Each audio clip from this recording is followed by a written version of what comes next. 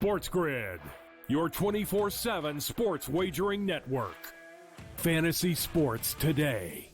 Can it be a guy that's really useful in your fantasy rotation? I think the answer is yes. Game time decisions. I'm going to lose the bet because he's injured again. Betting above the rim. He's got a broke J. That's all there is to it. He's got no confidence in that jump shot. My thing you've always heard me say on the network is you're either winning or you're rebuilding. In-game live all access. Wondering when that was going to happen, and the answer is it just did. The bigger guy will have the advantage. Well, if the little guy can move, Joe, it's hard to hit the little guy sometimes when you're a big boy, right? In-game live, prime time. 40-1, I'm going to take a little flyer on Justin Rose. In-game live, overtime. As you sit here and listen, watch right now, you may want to consider placing that bet. It's smarter to be on SportsGrid. He went bogey, double, par, birdie, bogey. Thomas Dietrich's all over the place here today. This golf course is so volatile where it can make you look like a fool in just a matter of minutes. And, you know, you look at a guy like Thomas Dietrich. You know, he's right there tied for the lead or whatever it was, and now he's like 4 or 5 over in the wink of an eye. In-game live, all access, only on SportsGrid. Despite me being a Yankee fan, I think Joe would deserve the label as Aaron Judge's biggest fan, not through any bias, but just through the amount of money that he's made anybody who's been betting on him. I just had him for that home run, and I'm going to go back to it today. That home run coming in at plus 230. Max Fried here, while he has been strong, this is Aaron Judge. Game time decisions, only on SportsGrid.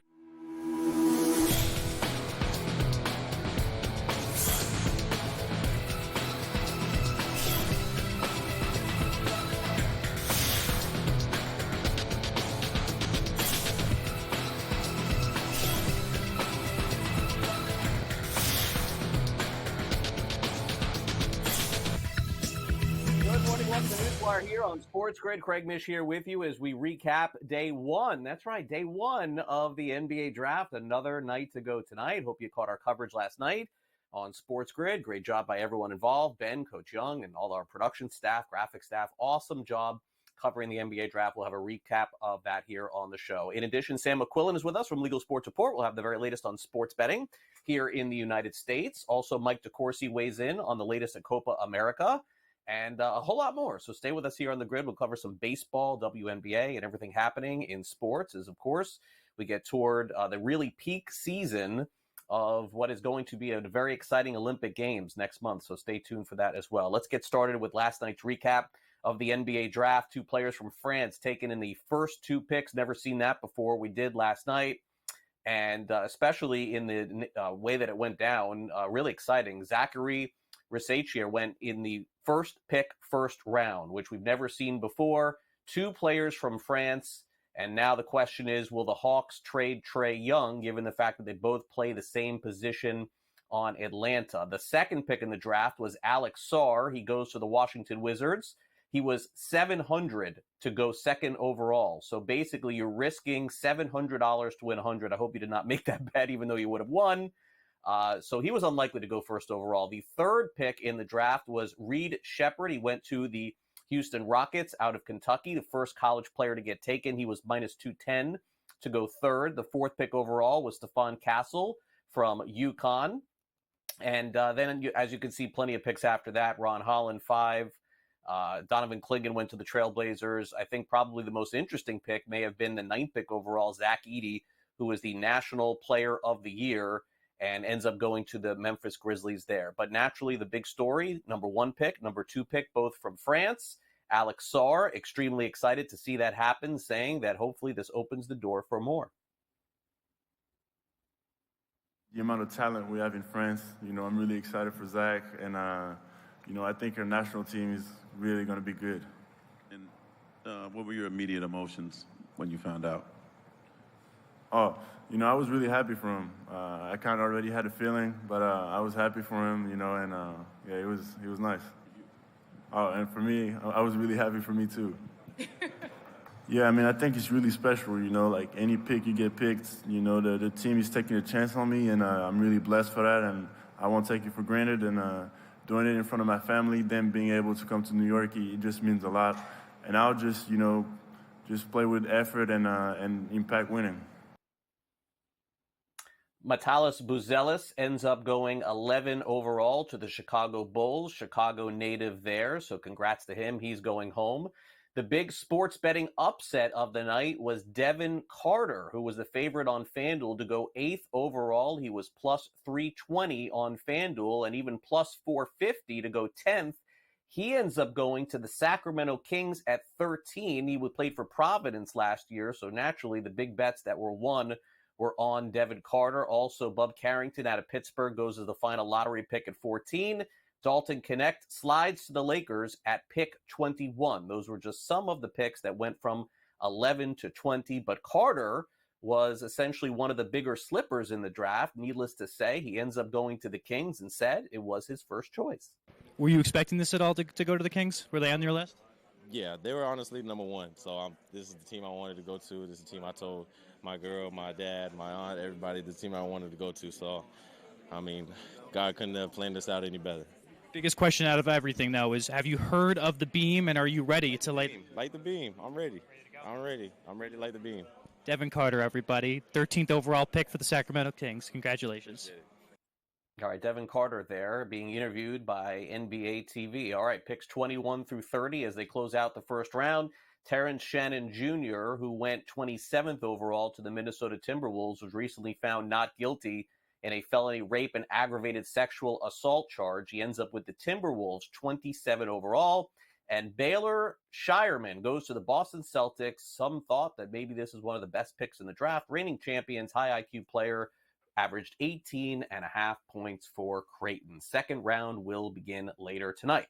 All right, also some news in the NBA, some contract extension talk happening. OG Anunoby does get his contract with the New York Knicks, so he's staying home. $212 million with the New York Knicks over a 5-year period. He averaged 14.7 points last season. 33 games he played for New York in the regular season. Their record was 27-6. Health is the only issue for him, but naturally speaking, ends up getting paid a lot of money to stay in Madison Square Garden. Meanwhile, the Miami Heat are going to sign Bam Adebayo, their big man, to an extension. Reportedly 3 years, $166 million. He's into his 3-year deal for $163 right now. Kristaps Porzingis of the Boston Celtics, after surgery, may not be ready for the start of the 2024-25 season. He had a torn posterior labialis tendon in the NBA Finals, sort of a rare injury, even harder to tell you about it than it is to talk about it. In Major League Baseball, Shohei Ohtani has just been unstoppable. Homers again. He set a franchise record for the Los Angeles Dodgers last night. 10 straight games with an RBI. He's amazing. Meanwhile, Brian Reynolds with another hit last night. Longest hitting streak in baseball, 23 games. He's been incredible for the Pirates. We'll see if it will continue this weekend. Don't look now, but the Houston Astros are getting hot again. They beat the Rockies. They have a 7-game winning streak. Spencer Arrighetti, who has been one of the most reliable pitchers with everybody hurt for the Houston Astros. He had 10 strikeouts yesterday, and the Baltimore Orioles did end up beating the Guardians yesterday. So the Guardians streak comes to an end on the winning side, and the Orioles streak comes to an end on the losing side. The final score was 4-2. All right, the national soccer team getting some interesting news yesterday, as it was announced that Alex Morgan, who has played for the U.S. women's team for decades, has been left off the 2024 Olympic roster. First time since 2008 that Morgan will miss the Olympics. 224 caps, 123 goals are the most among active U.S. players, ranking 9th and 5th. Live Golf is looking for a new television partner. Yesterday it was announced this new Caffeine TV, who was, jumping up and down of getting Live Golf, they're going out of business. So all the good things come to an end, they said. We're at the point where we're not profitable. Live Golf signed a contract with Caffeine TV. That's not going to matter because they're going to need a new location. Also, National Football League makes an announcement yesterday. The supplemental draft has come to an end. Generally speaking, this has not been important in the NFL. There was a pick in 2019, not much else. There have been some popular picks in the past. If I'm not mistaken, Emmitt Smith was once upon a time a supplemental draft pick. Also in the NFL, a quick note, Anthony Richardson remains a full go for camp. According to Chris Ballard, of course, he had surgery after the first month of the season last year, but it looks like he will be ready for OTAs and also potentially for training camp come next month.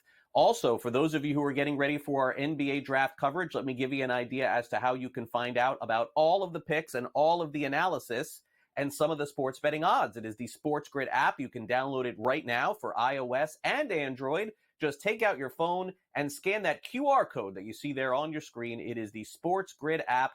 It'll tell you more about our SportsGrid TV shows, also our SportsGrid radio. For those of you who, of course, are listening on Sirius XM, you can hear it, check it out as well. That's the very latest.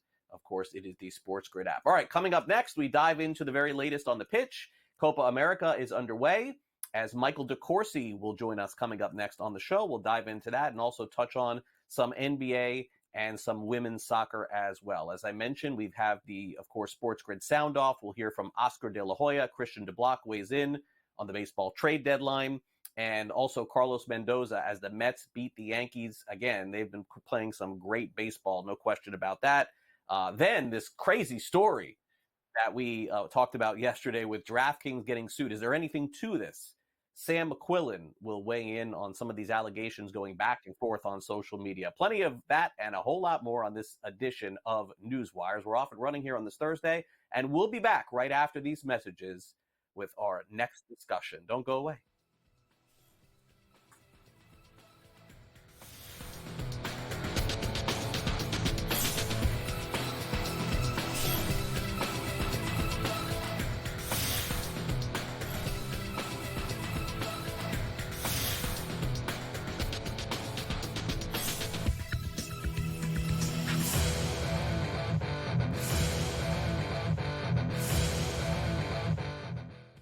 SportsGrid, your 24/7 sports wagering network.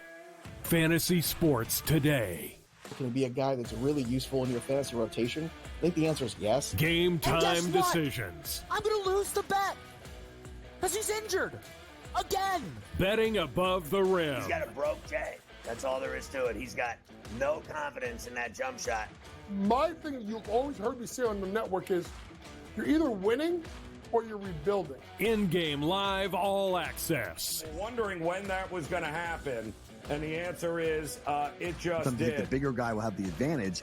Well, if the little guy can move, Joe, it's hard to hit the little guy sometimes when you're a big boy, right? In-game live, prime time. 40-1, I'm going to take a little flyer on Justin Rose. In-game live, overtime. As you sit here and listen and watch right now, you may want to consider placing that bet. It's smarter to be on SportsGrid.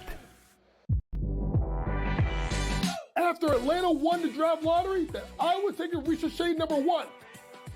When he was at plus 425, I said Ricochet's going number 1. Well, hot damn. Who's the big minus money favorite to go number 1 in the draft? Zachary Ricochet. Hopefully you had jumped on this earlier enough because the trains left the station. Betting above the rim. Only on SportsGrid. Despite me being a Yankee fan, I think Joe would deserve the label as Aaron Judge's biggest fan, not through any bias, but just through the amount of money that he's made anybody who's been betting on him. I just had him for that home run, and I'm going to go back to it today. That home run coming in at plus 230. Max Fried here, while he has been strong. This is Aaron Judge. Game time decisions. Only on SportsGrid.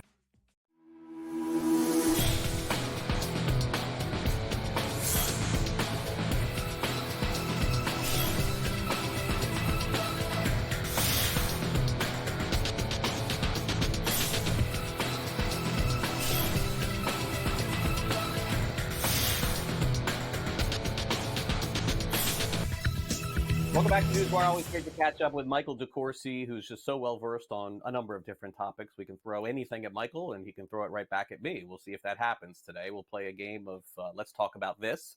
We'll start off, Mike, thanks for coming on. Let's start off with some soccer here. I know Copa America, everywhere I go here in South Florida, no matter where I go, it's on TV somewhere. I've been noticing this. And so certainly I know the world is watching, Mike. How about you? Oh, without a doubt. There have been some great games and some interesting games. Brazil, with some of their struggles, shocking the hemisphere, I guess you'd say, with their inability to score. And then, of course, Argentina struggling, but finding a way with Lautaro Martinez being such a terrific player. And, of course, the United States and their 2-0 victory to open. And this evening, they will play their second game in their group against Panama. Panama's been a tough opponent for them, a team that always gives them in circumstances that are somewhat neutral, and I think you can count the Copa America as that. They always give them a difficult game. The U.S. lost down in Panama in the most recent World Cup qualifying, lost to them in penalties in the most recent Gold Cup. So it's a challenging opponent for the Americans tonight. It will be, and we'll keep an eye on that and talk about it here on the show tomorrow. But let's start off with this Georgia-Portugal matchup. Naturally, as you take a look at this, a really exciting game right down to the finish. What does it mean for the future? Well, I think it's hard. I think it's hard to judge what it means for Portugal because it was a rotated squad. They had already clinched the victory in the group, so they did not play a lot of their better players. They were resting them. There wasn't a whole lot for them to gain. But by virtue of the way other groups broke, they wound up in an absolutely loaded bracket. Same half of the draw now with 16 teams left. The same group of 8 that includes France, Germany, it's Spain, a really difficult series of games. Again, not really much fault to Portugal in that. It's just the way it broke for a lot of other teams. So it's going to be a real challenge for Portugal to get out of that half of the draw and into the final in Germany. Let's look at the Euro futures odds. Tell me where you think we stand here, with England being plus 300, also Spain plus 320, Germany plus 480, France plus 550, and Portugal has slipped to plus 600. Netherlands at 12-1. Mike, is there any value here in jumping back on the Portugal train? Well, I think because they're in a difficult draw, I'm not sure that I would. I think the value might be in Netherlands, the plus 12. Again, they are in the half of the draw that's all but cleared out because of the way other groups fell, and their own finishing third. It really worked out great for them. So if you're looking for value, I think that's where you look. England is a terrifically talented team, but has not been a terrific team in this tournament. Now, we've seen in these tournaments, and you could look at the U.S. women in World Cup 2015, where they did not play great in group. They didn't even play great in their first knockout round game, and then rampage to the finish with a great game against Japan. That could happen certainly for some of the teams that have not played well in group. With a team like England with so much talent, they really should find a way, but it hasn't looked like it in any of their 3 games.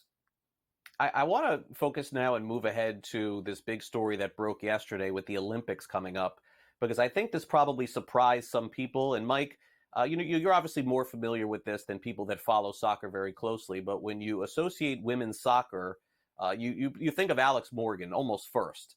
And the announcement was made yesterday that for the first time since 2008, she is not going to participate on the U.S. women's team.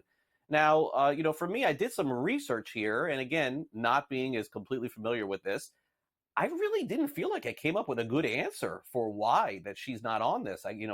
Some injury speculation, some age speculation as well. Nothing that I read led me to believe that there's a clear answer here.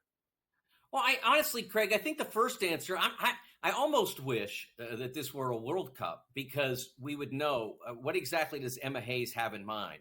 She was constricted. She's the new coach for the U.S. women's national team, came to the United States earlier in her career, and now is coming back as the champion of England's Women's Super League with Chelsea, considered to be one of the great tactical coaches in soccer. And in this case, she only has 18 players available to her. That's a really limited roster.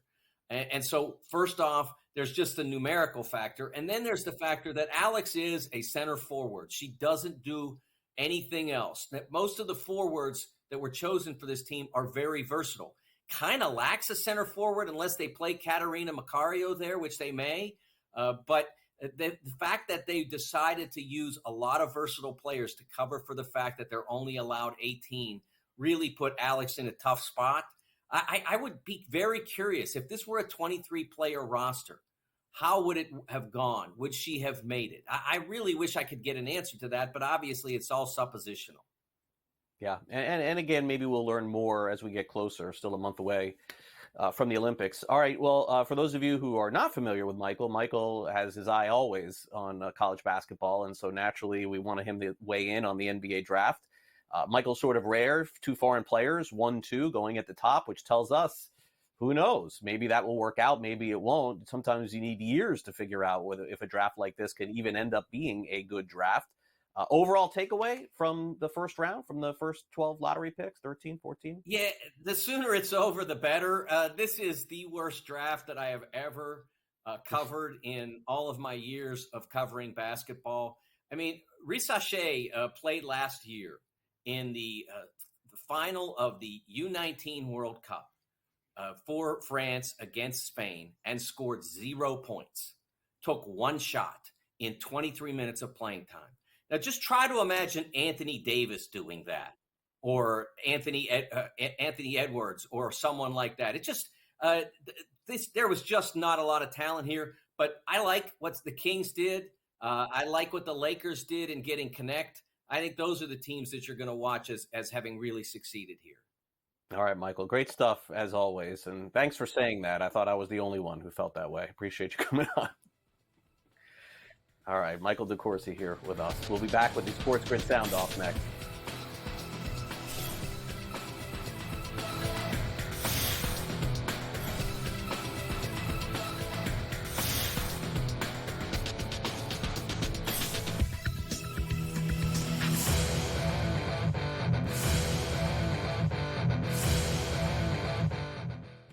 SportsGrid, your 24/7 sports wagering network. Fantasy sports today. Can it be a guy that's really useful in your fantasy rotation? I think the answer is yes. Game time decisions. I'm going to lose the bet because he's injured again. Betting above the rim. He's got a broke J. That's all there is to it. He's got no confidence in that jump shot. My thing you've always heard me say on the network is you're either winning or you're rebuilding. In-game live all access. Wondering when that was going to happen. And the answer is, it just Sometimes did. the bigger guy will have the advantage. Well, if the little guy can move, Joe, it's hard to hit the little guy sometimes when you're a big boy, right? In-game live, prime time. 40-1, I'm going to take a little flyer on Justin Rose. In-game live, overtime. As you sit here and listen, watch right now, you may want to consider placing that bet. It's smarter to be on SportsGrid. After Atlanta won the draft lottery, that I was taking Risache number 1. When he was at plus 425, I said Risache's going number 1. Well, hot damn. Who's the big minus money favorite to go number 1 in the draft? Zachary Risache. Hopefully you had jumped on this earlier enough because the trains left the station. Betting above the rim, only on SportsGrid. Despite me being a Yankee fan, I think Joe would deserve the label as Aaron Judge's biggest fan, not through any bias, but just through the amount of money that he's made anybody who's been betting on him. I just had him for that home run, and I'm going to go back to it today. That home run coming in at plus 230. Max Fried here, while he has been strong. This is Aaron Judge. Game time decisions, only on SportsGrid.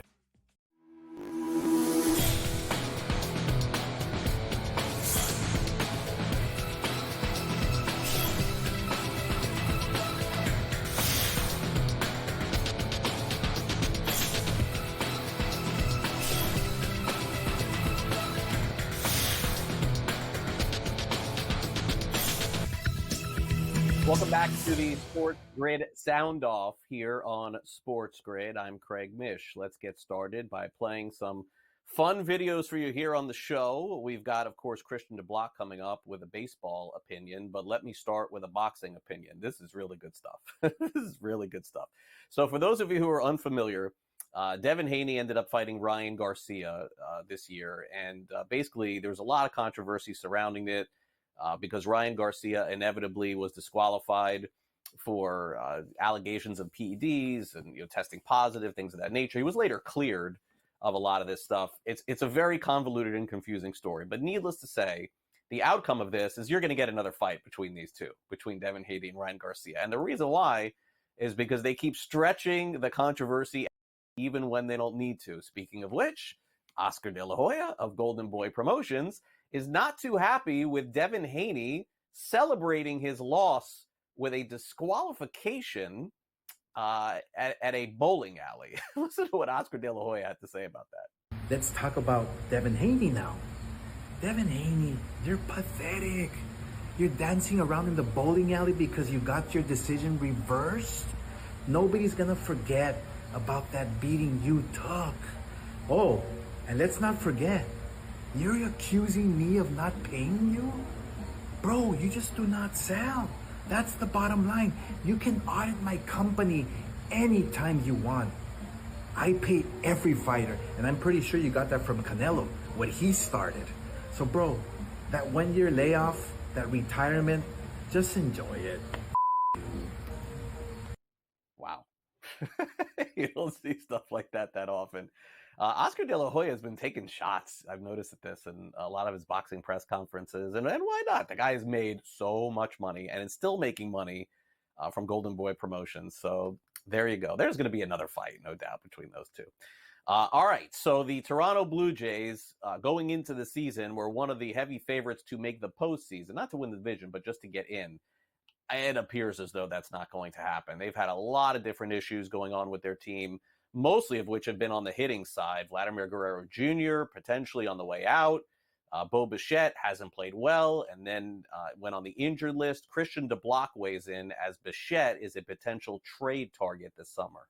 The Blue Jays should strongly consider trading Bo Bichette ahead of the deadline. This season has not gone to plan for Toronto. 14 and a half games out of the division and 6 games out of the wild card. Sure, the Blue Jays have made the playoffs twice in the last 4 years, but have no wins to show for it. This roster needs a shakeup. George Springer is aging. Dalton Varsho, that trade has been a major disappointment. And even Alejandro Kirk has regressed after his All-Star season in 2022. The Blue Jays have invested way too much money into this team to do a full rebuild. Trade Bo Bichette, get some assets back, and build this team around Vladimir Guerrero Jr. Back to you, Craig. All right, thanks, Christian. I mean, the one thing that would have to happen first is Bichette's got to be healthy.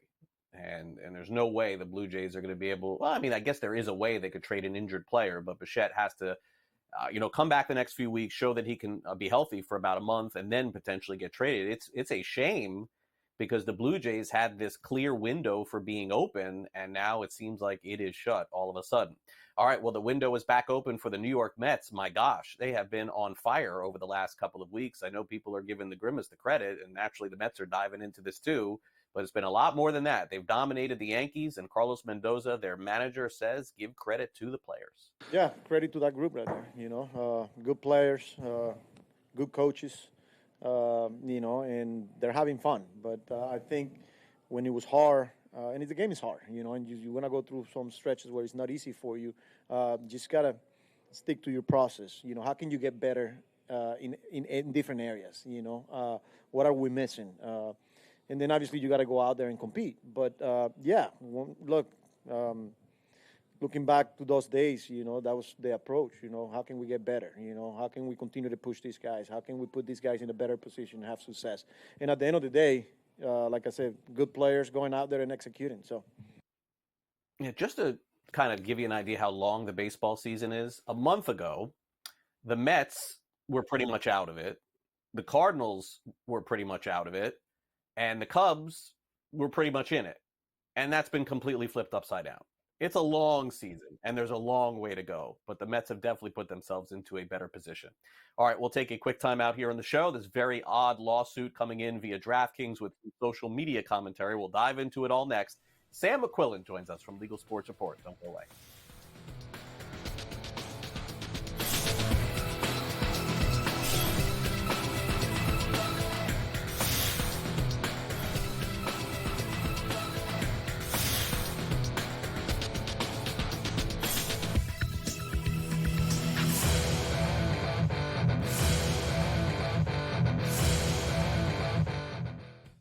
SportsGrid, your 24/7 sports wagering network. Fantasy sports today. Can he be a guy that's really useful in your fantasy rotation? I think the answer is yes. Game And guess time what? decisions. I'm going to lose the bet because he's injured again. Betting above the rim. He's got a broke J. That's all there is to it. He's got no confidence in that jump shot. My thing you've always heard me say on the network is you're either winning or you're rebuilding. In-game live all access. Wondering when that was going to happen, and the answer is it just Sometimes did. the bigger guy will have the advantage. Well, if the little guy can move, Joe, it's hard to hit the little guy sometimes when you're a big boy, right? In-game live, prime time. 40-1, I'm going to take a little flyer on Justin Rose. In-game live, overtime. As you sit here and listen, watch right now, you may want to consider placing that bet. It's smarter to be on SportsGrid. After Atlanta won the draft lottery, I was taking Ricochet number 1. When he was at plus 425, I said Ricochet's going number 1. Well, hot damn. Who's the big minus money favorite to go number 1 in the draft? Zachary Ricochet. Hopefully you had jumped on this earlier enough because the trains left the station. Betting above the rim. Only on SportsGrid. Despite me being a Yankee fan, I think Joe would deserve the label as Aaron Judge's biggest fan, not through any bias, but just through the amount of money that he's made anybody who's been betting on him. I just had him for that home run, and I'm going to go back to it today. That home run coming in at plus 230. Max Fried here, while he has been strong, this is Aaron Judge. Game time decisions. Only on SportsGrid.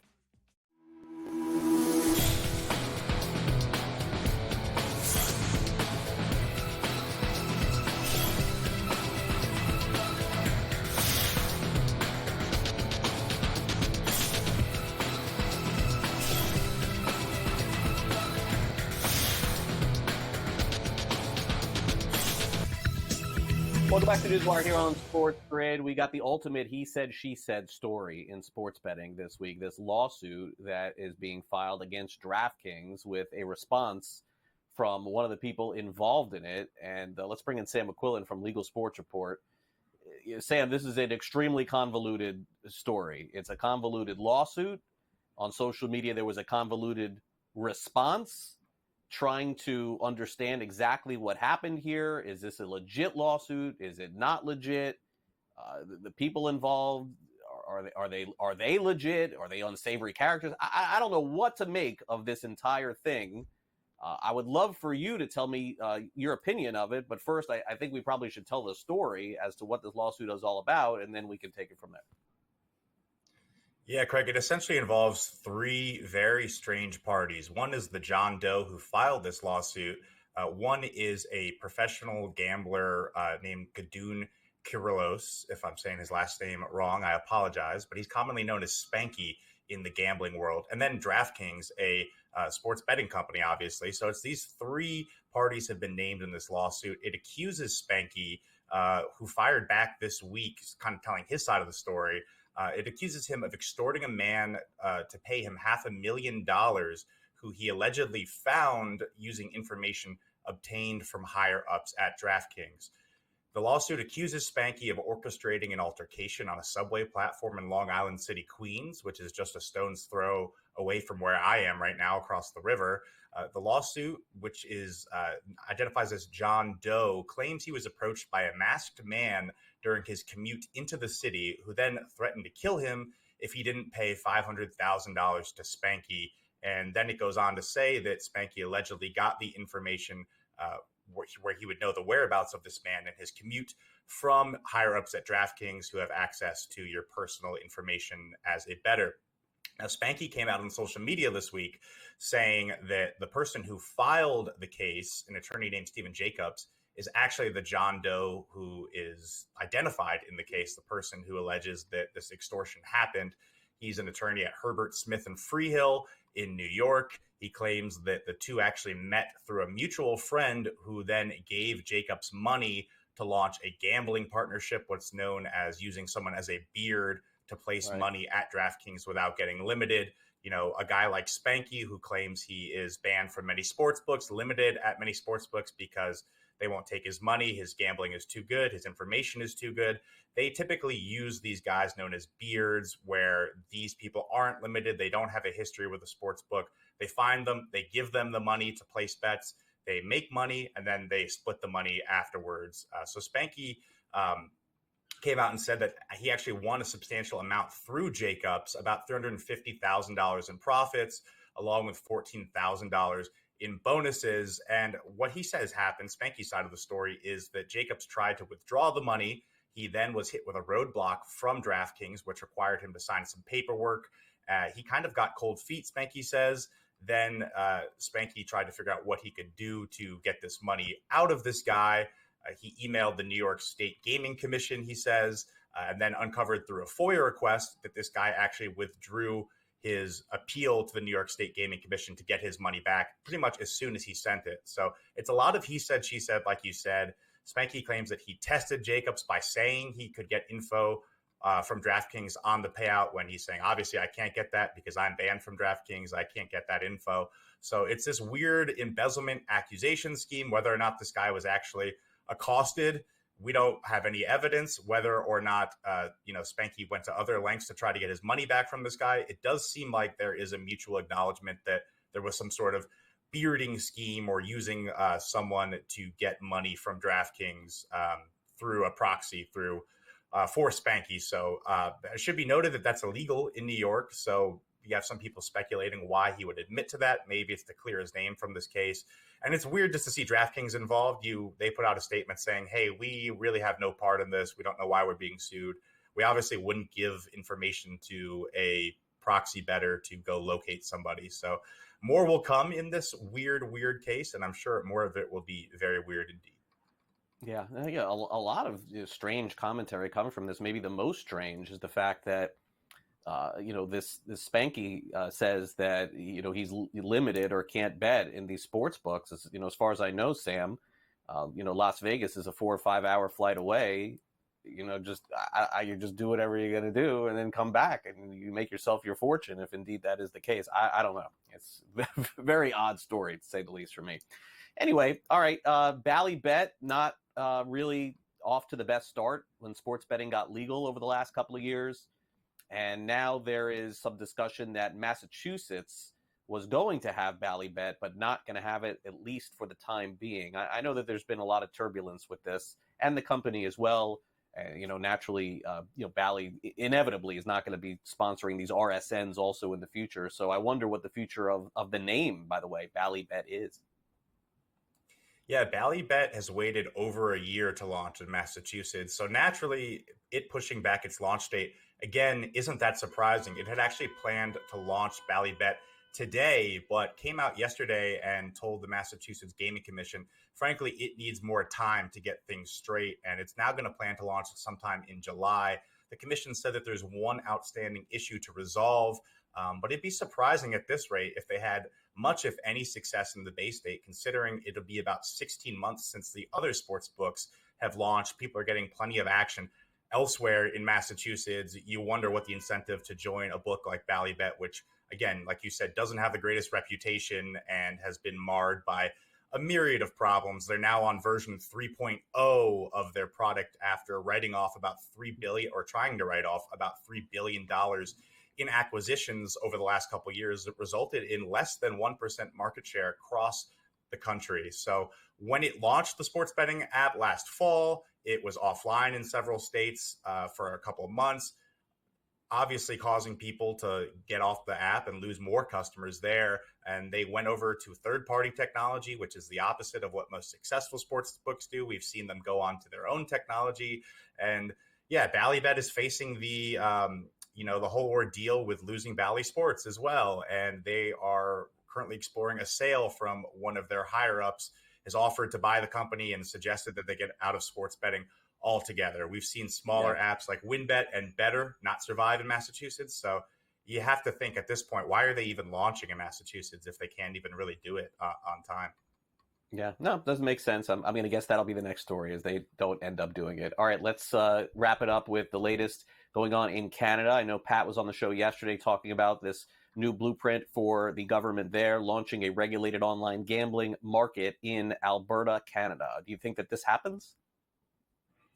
Yeah, I think it'll happen by the end of the year. They seem pretty optimistic from the reporting that Pat did. It's kind of the only steps forward are going to be negotiating with the 45 First Nations tribes and the land-based casino operators. But it could be a really big opportunity for the global gaming companies that are trying to get in the state. It's the fourth largest province in Canada and home to 3.3 million adults, where importantly, the legal age of gambling is only 18. So that opens up a bigger market to these companies, and it's going to use Ontario's model as a blueprint. And market analysts are suggesting that could mean about $700 million in gaming revenue in the first year, which would be, I believe, the seventh largest market in North America for gaming operators. So could be a huge boon for companies like DraftKings, FanDuel that, haven't got much traction in terms of legalizing iGaming and sports betting in the States. Now you go up north, you have this huge market, which most importantly is going to have iGaming, which would be a huge, huge boon to their business. So we'll have to see what happens at the end of the year, but it's looking pretty good right now for the gaming companies who want to enter Canada. Yeah, could be an exciting time. FanDuel, DraftKings, and some of the others normally dominated by some of the other companies. Thanks again. Appreciate you coming on, Sam. Yep, thanks a lot, Craig. All right, coming up next, a recap of the draft with Coach Young, who was on our broadcast last night. He's ready to go for night 2. We'll be back with more NewsWire right after this.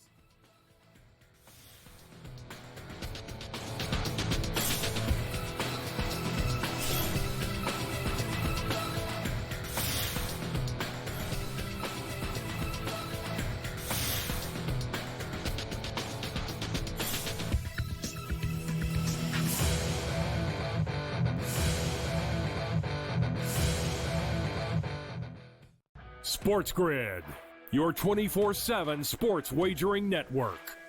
Fantasy sports today. Can be a guy that's really useful in your fantasy rotation? I think the answer is yes. Game time decisions. I'm going to lose the bet because he's injured again. Betting above the rim. He's got a broke J. That's all there is to it. He's got no confidence in that jump shot. My thing you've always heard me say on the network is you're either winning or you're rebuilding. In-game live all access. Wondering when that was going to happen, and the answer is it just Sometimes did. the bigger guy will have the advantage.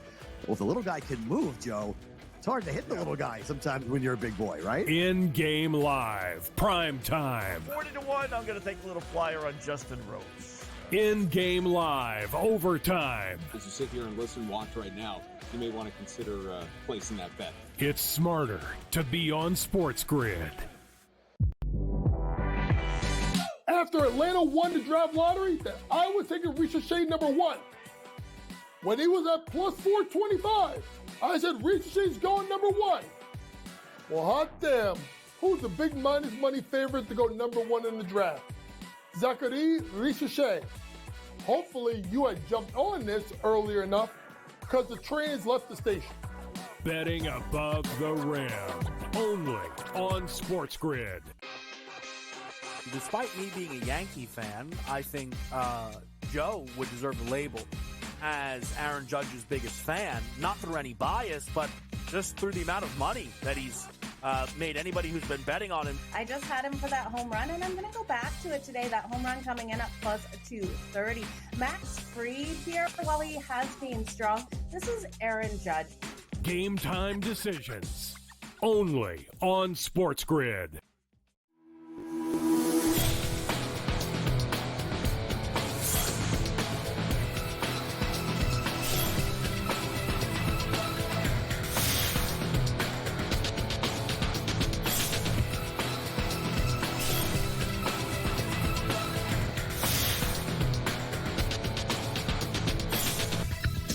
Welcome back to NewsWire here on SportsGrid. Coach Young is with us today. You can catch him all over the SportsGrid network today, and you did yesterday because it is the 2024 NBA Draft as we bring in Coach Young. And, Coach, we had Michael DeCourcy on the show. He made an interesting comment that I'd like to ask you about. He said this was the single worst draft that he's ever covered, ever in his life, meaning, I don't know, talent-wise, interest-wise. Now, naturally, I'm not trying to poo-poo all over this thing, but for him to say something like that, I had to ask you, are you in agreement after watching the first round play out? You know a lot more about this than I do. Craig, great to be on with you as always. And it wasn't a good draft in regards to talent. If you look at the players last year, like a Wembanyama or a Scoot Henderson or Brandon Miller, there's nothing remotely close to that in this draft. If you look at next year, highlighted by Cooper Flagg, nothing even close to that. So the talent wasn't there. The superstar names aren't there. The future all-star games were not there. But there's still talent to be picked up. And I thought some teams did well, some teams did not. Overall, no, not a great draft. If you look at Zachary Richer, the number one pick, people are calling him Tobias Harris. Well, that's not the most ringing endorsement that you want to hear for an overall number one pick. But regardless of that, Craig, there still is talent. And I still think teams helped themselves last night. All right, so the first two picks in the draft, Richa Shea and Sarr. So historically speaking, Coach, and correct me if I'm wrong, a lot of times when players get drafted from overseas, from another country, it can take some time for them to develop and become great players. And by the way, that's not always the case. Sometimes players come in right away; they're immediate impact players. Are these two players that we're going to see play big minutes on opening night? Are we going to see them at all? Like, you tell me. I have no idea. Are these players ready to go in the NBA?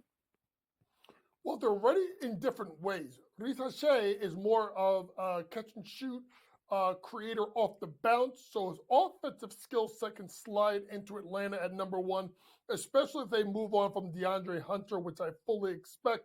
And they can play Richa Shea alongside of Jalen Johnson at the forward spot. Alex Sarr is completely different. Offensively, his game needs a lot of work. His jump shot needs a lot of work. But he's bouncy, and he's very athletic, can protect the rim, and can rebound. And that's where he's sliding into at Washington. Now, Washington's so bad, and they traded Daniel Gafford last year, that, let's be honest, the center position is his if he wants it. So, to me, they're going to be ready in different ways. Richa Shea more polished offensively, Sarr more polished defensively. Each should help their team a little bit in their rookie campaigns. And then as we close out the top 10 selections, naturally there are some players who people are familiar with. Zach Edey, of course, maybe the most popular player in the top 10. Coach, any good fits, bad fits, surprises for you there? Well, number one, Castle, number 4, going to the Spurs is absolutely fantastic. I think he may be the best overall player and have them, it's the best overall player, but have the best overall career, I would say, lining him up with Wemby at the point guard spot. When you look at something like David Klingon sliding down to 7, it was absolutely great for Portland. I think Portland was amazed this was going to happen. There was talks of Portland maybe using a 14th pick or have to use the 7th pick on Zach Edey. They got a defensive dynamo in David McQuillan to protect the paint. When you look at guys like Shaedon Sharpe, Anthony Simons, and of course Scoot Henderson at the guards, which are not really, I would call, ball stoppers. And Memphis at 9. When they did it, I'm like, wait. But then I'm like, oh my God, this is perfect. Zach Edey in Memphis, in the dunk spot, 7'4", can protect Jaren Jackson Jr. as being the big in the middle, put Jaren Jackson Jr. at the 4, where he's at his best. If you look at Memphis a couple of years ago, how were they really good? Jaren Jackson at the 4 and a big body at the 5 spot. They had Steven Adams. This is an upgrade in size and the ability to score in Zach Edey. A team in Memphis, Craig, that if they could stay healthy and Ja can leave all the extra nonsense at home, this is a team that should be much, much better next year. All right, and picks 11 through 20. I know Carter was the big surprise as far as him falling down. Could have made a lot of money on his draft position. He ends up going 13th pick overall. Any other surprises for you, Coach? Oh, my biggest surprise is Dalton Knecht. He was number 7 on my big board. He falls all the way to 17th to the Lakers. And it couldn't have worked any better. A team in LA, let's be honest, Craig, they need guys who can knock down shots. When you have a LeBron James who needs driving lanes to attack the basket and finish. When you look at Anthony Davis, who's never been a great shooter, but can beat people off the bounce as a 5, and it can be in that dunk spot, you need to surround those two with capable three-point shooters. They signed Gabe Vincent last year. didn't have a good year. D'Angelo Russell, way too inconsistent. This kid, Dalton Connect, is a plug-and-play player, meaning he could step in, he could shoot the ball from three. You take him off the three, he could beat you off the bounce and pull up. Sneaky good finisher, and he plays defense. You play for Rick Barnes, you got to play defense. That is the biggest winner of it. Maybe is Dalton Connect falling to Lakers. On the flip side, I still don't understand Jared McCain going the pick before. That's where I thought Dalton Connect should have went. Somewhere like there where they could use a shooter. And speaking of losers, and speaking of this whole Dalton Connect thing, how about Orlando after the Lakers at 18 really needing a shooter? They're a terrible three-point shooting team. They need someone to space the floor for Wagner Banchero, and Connect goes to pick before to the Lakers. How about that? All right, Coach, several signings, extensions, trades. Claxton signed or is going to sign an extension. Bam Adebayo signs one. OG Anunoby to the Knicks. We got about a minute to go, Coach. You want to tackle these as fast as you can for me? Simply put, with OG and the trade of Mikal Bridges, they are now the number 2 team right now in the Eastern Conference. Bam gets his extension. Jimmy doesn't want to sign one. Interesting times in Miami. Nick Claxton, they gave him the money. Doesn't matter. Team's going to stink. Tank for Cooper and trade everybody else. I like the thought process. Need the ping pong balls to fall that way. All right, Coach, we'll see you next week. Thanks for coming on the show. Thanks, Greg. All right, we'll be right back.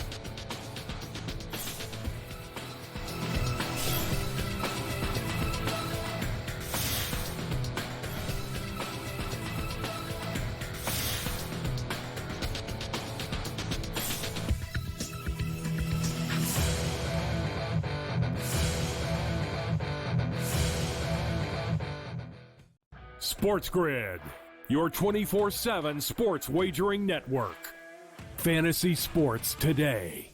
Can he be a guy that's really useful in your fantasy rotation? I think the answer is yes. Game time decisions. I'm going to lose the bet because he's injured again. Betting above the rim. He's got a broke J. That's all there is to it. He's got no confidence in that jump shot. My thing you've always heard me say on the network is you're either winning or you're rebuilding. In-game live all access. Wondering when that was going to happen, and the answer is it just Sometimes did. the bigger guy will have the advantage. Well, if the little guy can move, Joe, it's hard to hit the little guy sometimes when you're a big boy, right? In-game live, prime time. 40-1, I'm going to take a little flyer on Justin Rose. In-game live, overtime. As you sit here and listen, watch right now, you may want to consider placing that bet. It's smarter to be on SportsGrid. After Atlanta won the draft lottery, I was taking Ricochet number 1. When he was at plus 425, I said Ricochet's going number 1. Well, hot damn. Who's the big minus money favorite to go number 1 in the draft? Zachary Ricochet. Hopefully you had jumped on this earlier enough because the trains left the station. Betting above the rim. Only on SportsGrid. Despite me being a Yankee fan, I think Joe would deserve the label as Aaron Judge's biggest fan, not through any bias, but just through the amount of money that he's made anybody who's been betting on him. I just had him for that home run, and I'm going to go back to it today. That home run coming in at plus 230. Max Fried here, while he has been strong, this is Aaron Judge. Game time decisions. Only on SportsGrid.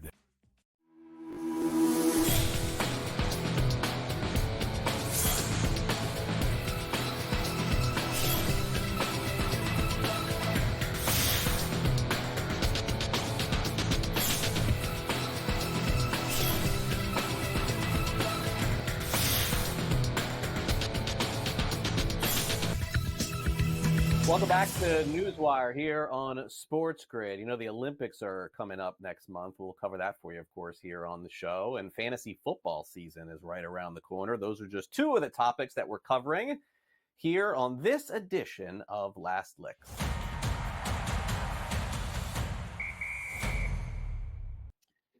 Okay, we start off with the hottest hitter in baseball yet again and the favorite to win the MVP in the National League, a player that'll be in the All-Star game in Texas next month. It is Shohei Ohtani, who told reporters yesterday that he would like to participate in a home run derby. Now, if you take his word at face value, here is what comes next. He's got to get permission, of course, from his team, from the Los Angeles Dodgers, to participate in the event. If indeed this is true, he is going to get permission to participate from the Dodgers. If he does not get permission, then he does not want to be in it. I'm telling you now, that's how this works. Let me say that again. If the Dodgers don't give Ohtani permission to participate in Home Run Derby next month, it means Ohtani secretly told the Dodgers, don't grant me permission because I don't want to do it, no matter what I say. Because trust me, Major League Baseball would absolutely love for Ohtani on Monday night to be in that event. So you can read it however you want, but I'm telling you, that's how it's going to go down. If Ohtani does want to do it, he's going to be in it. Dodgers will say yes. Major League Baseball will say yes. I don't know who else will be in it this year. Naturally, they'd want Aaron Judge to do it. I think Judge said he doesn't want to do it anymore.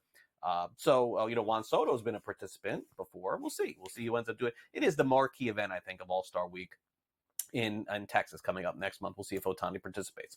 Okay, fantasy football season is right around the corner.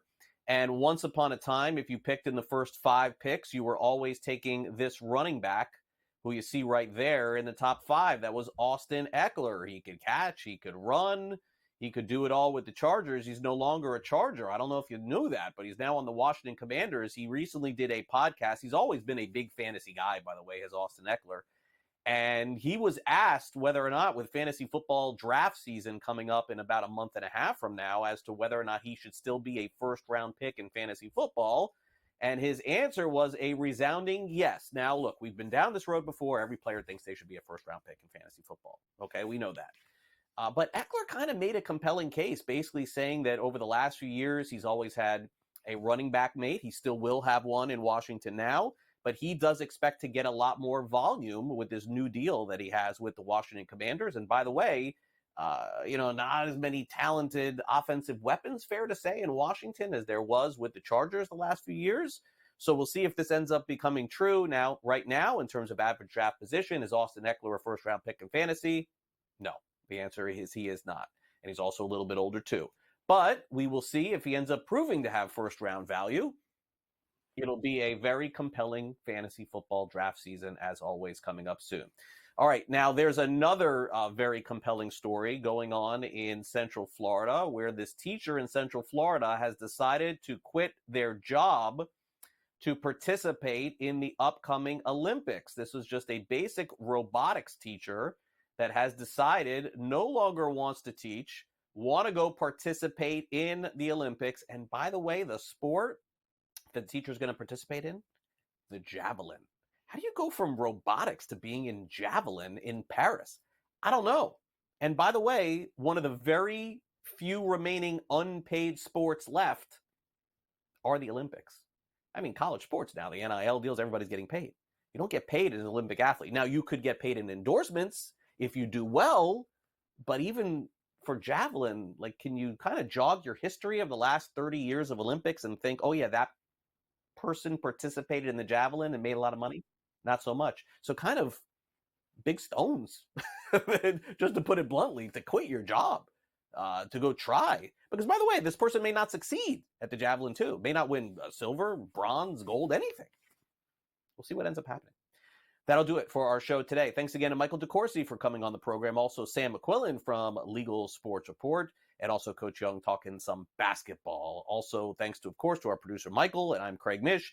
Want to remind you that the early line is coming up next, followed by Pharrell Coast to Coast, and then our draft coverage continues here as we get ready for the second round and final round of this upcoming NBA draft. I'll be back with you here on the show tomorrow. We'll talk a little baseball, some recap of the NBA, and get you ready for the weekend here at SportsGrid. So I hope you enjoy the rest of your Thursday and enjoyed this show. We'll see you tomorrow, 11 a.m. Eastern, for our next edition of NewsWire, exclusively on SportsGrid. Have a great day.